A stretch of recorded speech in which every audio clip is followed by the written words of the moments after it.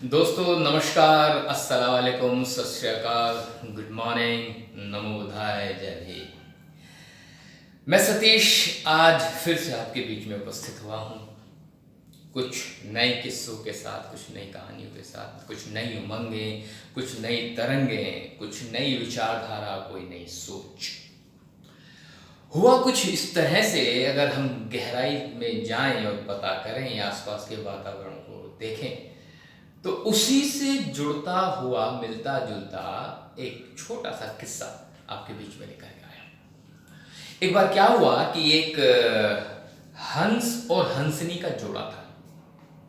दोनों दूर ऊंचे आकाश में उड़ते हुए जा रहे थे। उड़ते उड़ते जब रात होने लगी और शरीर में थकावट हो गई, तो हंसनी ने कहा, क्यों ना आज ये जो नीचे जगह दिखाई दे रही है, यहीं पर आज आराम किया जाए।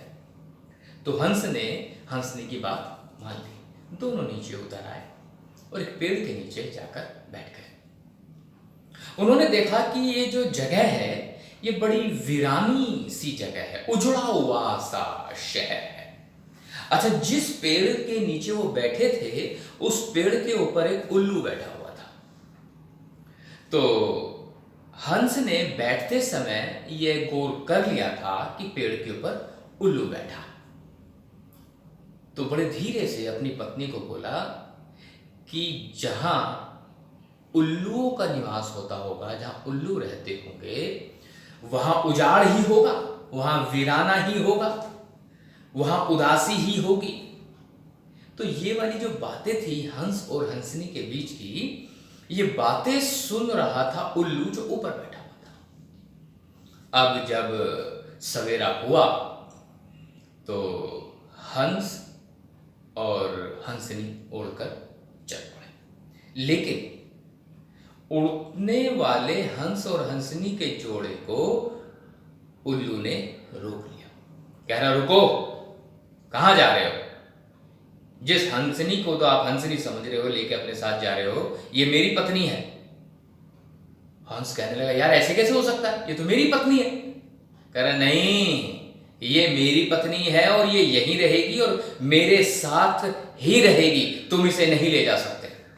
बड़ी जद्दोजहद हो गई, बड़ी परेशानी हो गई। हंस जो है बड़ा परेशान हुआ कि यार मेरी पत्नी को कह रहा है कि उसकी पत्नी, ऐसे कैसे हो सकता है। उल्लू जिद पड़ा आ गया, नहीं नहीं, आप इसे नहीं ले जा सकते क्योंकि ये मेरी पत्नी है। अब विवाद इतना बढ़ा कि वहां की जो पंचायत थी, बात पंचायत में जा पहुंची। सरपंच आ गया, पंच बैठ गए, लोग बैठ गए, दरबार सजा। पूछा क्या, बताओ जी मसला क्या है। तो हंस ने कहा, कल रात मैं और मेरी पत्नी यहां पर बैठे हुए थे, विश्राम कर रहे थे और अब हम जा रहे हैं, लेकिन ये उल्लू कह रहा है कि ये जो तुम्हारी पत्नी है हंसनी, ये तुम्हारी नहीं है, तो मेरी है। अच्छा, उल्लू से पूछा, हाँ भाई आप क्या कहते हो? कि नहीं नहीं, ये जो इसके साथ है, ये लेके जा रहा है, ये गलत है, ये मेरी पत्नी है, ये मेरे साथ ही रहेगी। अब पंच जो लोग थे आपस में चर्चा करने लगे। पंचों ने कहा, यार ऐसा है, ये उल्लू तो अपने इलाके का है और ये हंस और हंसनी, ये तो पक्की बात है, जो हंसनी है वो पत्नी हंस की हो सकती है, ये तो उड़ के चले जाएंगे, पर हमें तो उल्लू के साथ ही रहना, उल्लू को हमारे साथ रहना, तो फिर बेकार का पंगा पालने की क्या जरूरत है। तो पंच ने निर्णय लिया कि भाई ऐसा है, उल्लू जो कह रहा है वो ठीक कह रहा है, ये जो हंसनी है ये पत्नी उल्लू की ही है, ये तुम्हारी पत्नी नहीं है, मतलब हंस की पत्नी नहीं है, आप जा सकते हो। अब उसे आदेश दे दिया कि यहां गांव से निकलो, भागो यहां से। अब उल्लू, वो हंस बड़ा उदास हुआ, निराश हुआ, रोने लगा कि आप ये क्या कह रहे हैं, ये तो मेरी पत्नी है, आप ऐसा नहीं कर सकते। कर पंच ने जो आदेश दे दिया आपको मानना पड़ेगा। अब उदास होकर के रोता हुआ, आंखों में आंसू लेता हुआ हंस चल पड़ा। जब दूर चला गया हंस, तो पीछे पीछे उल्लू भी गया और उल्लू के साथ हंसनी भी थी।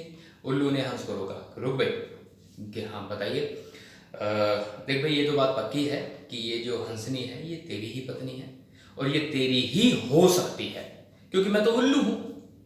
लेकिन कल जो तुम बातें कर रहे थे ना, मैं सुन रहा था, तुम ये कह रहे थे कि जहां उल्लू होंगे वहीं पर उजाड़ होगा, वहीं पर वीराना होगा, वहीं पर बर्बादी होगी। नहीं, ऐसा नहीं है, उसका जिम्मेदार मैं नहीं हूं। वो लोग जिम्मेदार हैं जो उल्लू के पक्ष में निर्णय लेते हैं, वो लोग जिम्मेदार हैं। उनकी वजह से वीराना है, उनकी वजह से उजाड़ है। तुम अपनी पत्नी को अपने साथ ले जा सकते हो, ये पत्नी तुम्हारी ही है, लेकिन याद रखना, उल्लुओं के पक्ष में निर्णय लेने वाले लोग जिम्मेदार होते हैं, उल्लू जिम्मेदार नहीं होता। वीराना उन लोगों की वजह से होता है, उजाड़ उन लोगों की वजह से होता है जो उल्लुओं के पक्ष में निर्णय लेते हैं। इसमें उल्लू की कोई गलती नहीं है। तो मैं उम्मीद कर रहा हूं मित्रों, आपको आज मेरी बात जरूर समझ में आई होगी, क्योंकि माहौल चुनाव का है, तो आप सोच समझकर निर्णय लें। मैं उम्मीद करता हूं आपको बात की गहराई जरूर समझ में आएगी। इन्हीं शब्दों के साथ मैं सतीश आप सभी से विदा लेता हूं। अगली कहानी लेकर के फिर से उपस्थित होऊंगा, तब तक के लिए नमस्कार, थैंक यू।